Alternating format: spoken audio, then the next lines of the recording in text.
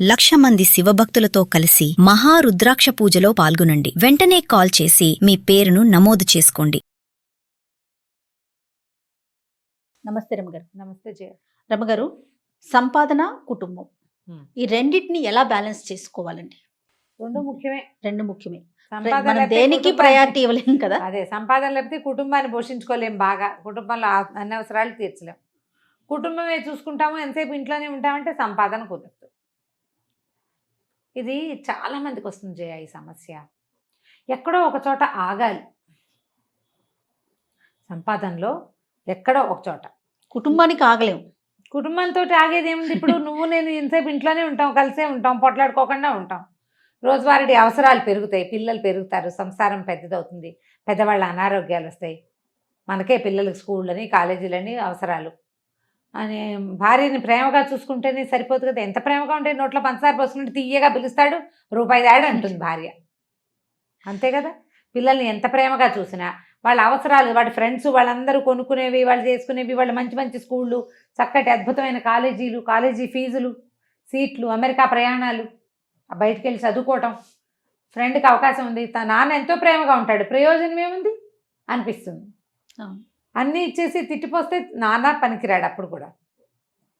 దీన్ని ఎట్లా అంటే ఇదొక పెక్యూలియర్ బ్యాలెన్సింగ్ చేయాలి, ఒక ప్రత్యేకమైన విషయం. ఇవాళ రేపు అందరూ చేస్తున్నారు ఇది. సంపాదన ఫ్యామిలీ రెండూ చూసుకోవాలంటే ఫ్యామిలీని సంపాదనలో భాగస్వాముల్ని చేయొచ్చు.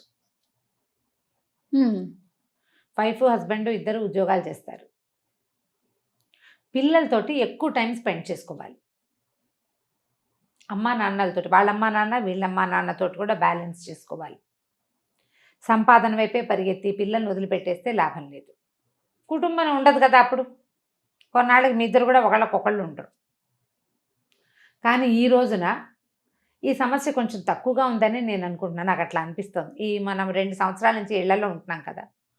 ఇంట్లోనే ఉండి ఇంట్లో భార్య వాళ్ళు పడే ఇబ్బంది ఏమిటి, పిల్లల్ని ఎట్లా హ్యాండిల్ చేస్తున్నారు, ఇల్లు బాకలు ఎట్లా చేస్తున్నారు అనేది మగవాళ్ళు చాలామంది తెలుసుకున్నారు. అవును. ఇందులో ఏమీ తెలుసుకోకుండా రూముల్లోనే కూర్చుని అన్ని కాళ్ళ దగ్గరికి తెప్పించుకుని, ఆ అమ్మాయి కూడా వర్కింగ్ అయినా సరే ఆ అమ్మాయితోటే పని చేయించి అన్ని పనులు ఆమె చేయాలని భావించి అలాంటి వాళ్ళు ఉన్నారు. గుడ్ ఫర్ నథింగ్ ఫెలోస్ బోళ్ళంతమంది. ఉద్యోగాన్ని తెప్పిస్తే ఎందుకు పనికిరారు వాళ్ళు. అదొక్కదాంతో ప్రయోజనం లేదు కదా. ఇదివరకటి కాలంలాగా మగవాడు సంపాదిస్తాడు, ఆడది ఇల్లు నడుపుతుంది. మగవాళ్ళు పై ఎత్తును చూస్తారు, మొత్తం కిందెత్తంతా ఆడవాళ్లే సమర్థించుకుంటారు. పిల్లల్ని హ్యాండిల్ చేయటం, ఇల్లు బాకలి ఖర్చులు అవి సమర్థించుకోవటం, ఏదైనా ఫంక్షన్లు వస్తే అన్నీ చూసుకోవటం. ఆ ధోరణి ఇప్పుడు లేదు, అంత అవకాశం కూడా లేదు. ఒకవేళ ఉద్యోగస్తులు కాకపోయినా కూడా ఆడవాళ్లే ఇవన్నీ హ్యాండిల్ చేసే రోజుగా ఇప్పుడు లేకుండా ఉంది. ఎందుకంటే ఉద్యోగం లేకపోయినా ఆడపిల్లల్ని చదివిస్తున్నాం మనం. ఇప్పుడు ఈ మగపిల్లలకు ఉన్న కాంపిటీషనే అన్ని హడావిడిలే ఆడపిల్లలకు కూడా ఉంటున్నాయి. అదే డిగ్రీ దాకానో ఏ ఇంజనీరింగో ఎంబీబీఎస్ ఎంత మాటకో ఏదో కొంతమంది చదువుకుంటారు. ఈ చదువుకున్న నాళ్ళు వాళ్ళు చదువు వెనకాల పరిగెడుతున్నారు, కానీ ఇంట్లో వచ్చే ఇబ్బందులు హ్యాండిల్ చేయటాలు, ఇంట్లో హడావిళ్ళు వాళ్ళకి తెలియటలా. సడన్గా వాళ్ళ మీద ఒక బర్డెన్ పడుతుంది, పెళ్ళి. ఆ బర్డెన్కి ప్లస్ బర్డెన్లు సంతానము, అత్తవారు హ్యాండిల్ చేయలేకపోతారు. ఎంతసేపు వాళ్ళకి బ్రేక్ కావాలనిపిస్తుంది. పొద్దునుంచి పిల్లలతో చచ్చుందంటే వాతలు వాడు ఆఫీస్లోనే చచ్చుంటాడు. నేను కొంతమందిని చూసాను చేయ, ఆఫీస్ నుంచి ఇంటికి వచ్చాక పొద్దునుంచి భార్య పిల్లలతో పడి ఉంటుందని పిల్లల్ని బయటికి తీసుకెళ్ళి మగ పిల్లలు కనపడుతున్నారు ఇవాళ రేపు. కనిపిస్తున్నారు పిల్లల్ని తాము హ్యాండిల్ చేయటం, లేదా రాత్రికి వంట వాళ్ళు చేయటం. అతను ఆఫీస్లో పడి వచ్చినా కూడా పిల్లల్ని హ్యాండిల్ చేయటం అంత స్ట్రెస్ఫుల్ జాబ్గా ఉంది ఇప్పుడు. అవునండి. దీన్ని బ్యాలెన్స్ చేయటం ఆటోమేటిక్గా జరిగిపోతుంది.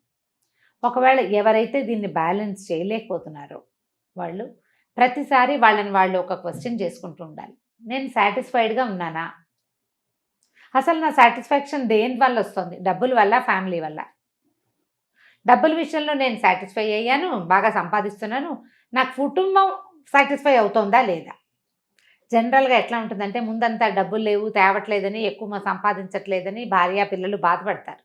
మగవాళ్ళు సంపాదన మీద పడిపోయేసరికల్లా తమతో స్పెండ్ చేయట్లేదని ఫీల్ అవుతారు. మనం ఇవి సినిమా కథల్లో, నావెల్స్లో, ఇవాళ రేపు వస్తున్న పుంఖాల సీరియల్స్లో కనపడతాయి. పట్టించుకోవట్లేదు అనుకుంటూ ఉంటారు. పట్టించుకోవట్లేదు, తమని బర్త్డేకి విషెస్ చెప్పలేదు, మ్యారేజ్కి విషెస్ చెప్పలేదు, ఏదో పిల్లాడి పుట్టినరోజుకి వాడితో గడపడం ఇంపార్టెంట్, నువ్వు సంపాదన ఇంపార్టెంట్ కాదు అని చెప్తారు. వాడితోటే గడిపితే డబ్బులు ఎక్కడి నుంచి వస్తాయి అనే ఊహ అప్పుడు రాదు. ఒక మనిషి ఈ రెండు ఎలా చేస్తాడు అని అనిపించదు. ఎవరికి కుదిరితే వాళ్ళు ఫ్యామిలీని సాటిస్ఫై చేయాలి. ఈ రోజున ఒకళ్ళు పెద్ద సంపాదనలో ఉన్నారు, రెండో వాళ్ళు చిన్న దాంట్లో ఉన్నారు, రెండో వాళ్ళ ఫ్యామిలీని సాటిస్ఫై చేయండి. అతను తెచ్చే డబ్బు ఫ్యామిలీకి ఉపయోగపడుతుంది. అతను కూడా మీరు చేసినట్టుగానే నిమిషం పిల్లలతోటే ఉండి వాళ్ళకి కావాల్సినవన్నీ చూసి పిల్లల్నే విపరీతంగా సాటిస్ఫై చేసి లేదా మీతోటే స్పెండ్ చేయాలని అనుకోవద్దు. నేనున్నా కదా, ఎందుకు అనుకోవట్లా మనం? అవునండి. నువ్వు ఎందుకు ఆత్మనిర్భరత మనకు ఉండదు? నేను ఇవన్నీ చేయగలను అని ఎందుకు అనుకోవట్లా? మీరు అన్ని కాంపిటీషన్స్ అన్నీ వాళ్ళతో పాటే రాస్తారు కదా, మగవాళ్ళతో రాసేటప్పుడు ఇదెందుకు చేయలేం మనం? తండ్రి నిలబడాల్సిన సిచ్యువేషన్స్ ఉంటాయి, అంతా మీరు నిలబడి లాస్ట్ మినిట్లో నుంచినందుకు 1 minute ఇస్తే చాలు. ఆడవాళ్ళు గనక ఈ బాధ్యతను తీసుకుంటే బ్యాలెన్సింగ్ని మగవాళ్ళు అని అనద్దు చేయ, లేడీస్ కనుక తీసుకుంటే చక్కగా బ్యాలెన్స్ అవుతుంది. లేడీస్ కూడా ఈ డిస్సాటిస్ఫాక్షన్ తోటి ఇతను సరిగ్గా మాతో స్పెండ్ చేయట్లేదు లాంటి భావాలతోటి ఉంటే ఇంకా బ్యాలెన్స్ కుదరదు. ఎప్పుడైనా సరే సంపాదన అంటే టైం ఇవ్వాలి. కూర్చుని ఒక చోట 2 phone calls డబ్బులు వస్తాయా? 100 phone calls చేయొద్దు, చేయాల్సిందే కదా. ఊరికే 2 నిమిషాలు మాట్లాడితే అయిపోతుందా? అదే కదా. ఎలా వస్తాయి అవకాశాలు? రావు. లేదా బయటికి వెళ్ళిన వాడు ఎక్కువ గంటలు అక్కడ పనిచేస్తే డబ్బు వస్తుంది, అంతే కదా. ఆఫీస్ కానీ శారీరక శ్రమ చేసేవాడైనా అంతే, పోనీ ఆఫీసులో కూర్చొని పనిచేసేవాళ్ళైనా అంతే. అన్ని గంటలు అక్కడ చచ్చి వచ్చిన వాడు ఇంటికి రాగానే సినిమాటిక్గా నవ్వులు పువ్వులు పుయ్యిస్తూ అక్కడి నుంచి పువ్వులు తీసుకొచ్చి ఇచ్చి అవి ఏవో కొనుక్కొచ్చేసి బట్టలు కొనుక్కొచ్చేసి అవి ఎలా చేస్తారు? సినిమానా ఇది? ఒక మనిషికి అంత ఉంటుందా? పైగా ఇవాళ రేపు మన దైనందిన స్ట్రెస్ ఎంత ఎక్కువ ఉంటుంది. ఇంట్లో స్ట్రెస్, ఆఫీస్లో స్ట్రెస్, దారిలో స్ట్రెస్, ఇవన్నీ హ్యాండిల్ చేయదా?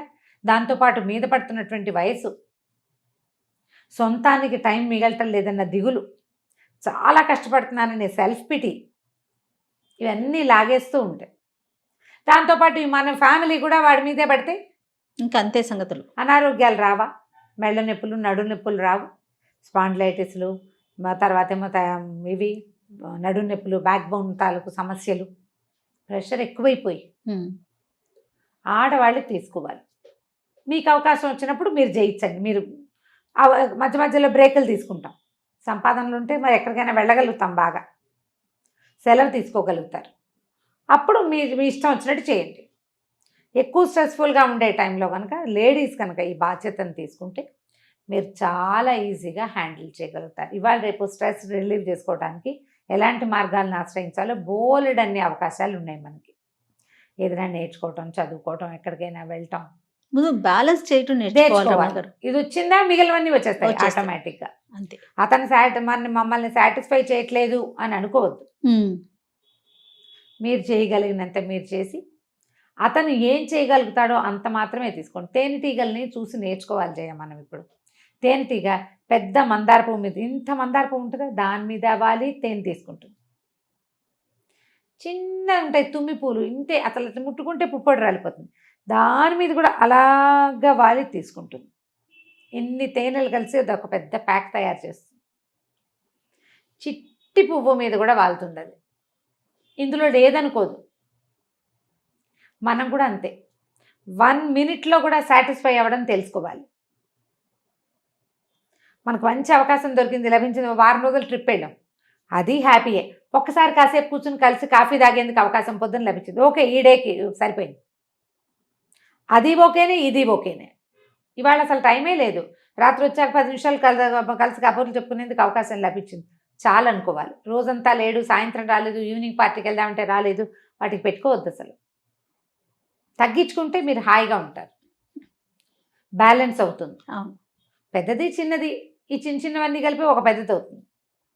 ఒక పెద్దది చాలా చిన్న వాటిని సాటిస్ఫై చేస్తుంది. అప్పుడెప్పుడో తీసుకెళ్ళాడు, ఈ మధ్య తీసుకెళ్తుంటే అవకాశం వస్తే తీసుకెళ్తాడు.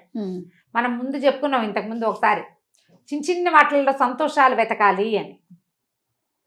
చిన్నది వాన పడుతుంటే చూస్తూ చక్కగా 2 పకోడీలు వేసుకుని పాకెట్లో కూర్చుని తింటాం, ఇంటికి వచ్చేస్తే గబుక్కుని ఏదైనా చేసి పెట్టడం.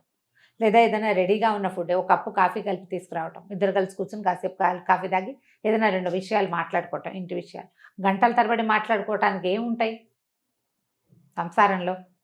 2-3 వాక్యాలతోటే మినిమైజ్డ్గా మాట్లాడడం ప్రాక్టీస్ చేయండి. దీనివల్ల ఏంటంటే మీరు ఇబ్బంది పడరు, అవతల వాళ్ళు ఇబ్బంది పడరు. ఫ్యామిలీ ఒక బ్యాలెన్స్గా, సంపాదన ఫ్యామిలీ 2 బ్యాలెన్స్ అవుతాయి. ఈజీ ఇది అంటే చెప్పినంత ఈజీ మాత్రం కాదు, చెప్పినంత ఈజీ ఏది కాదు జయ. అవునండి, నేను అక్కడికి వెళ్ళి అది తీసుకురా అని చెప్తా, వెళ్ళాలి కదా. వెళ్ళాలిగా, అదైనా పనే కదా. నేను చేయను కాబట్టి నాకు సులువు. నేనైనా బ్యాలెన్స్ చేసుకోవాల్సిందే, ఎవరైనా చేయాల్సిందే. దీనికి ట్రై చేయాలి. మార్గాలు అంతే రమ్మగారు, మార్గాలే అది. మార్గాలు. రెండోది ఏంటంటే ఎంతసేపు ఒక్కడే చేయాలని అనుకోకూడదు, అది మనం ఎందుకు చేయకూడదు అనుకోవాలి. అప్పుడు ఈజీగా కుదురుతుంది. అంతే. తప్పకుండా రమ్మగారు. నమస్తే. నమస్తే జయ.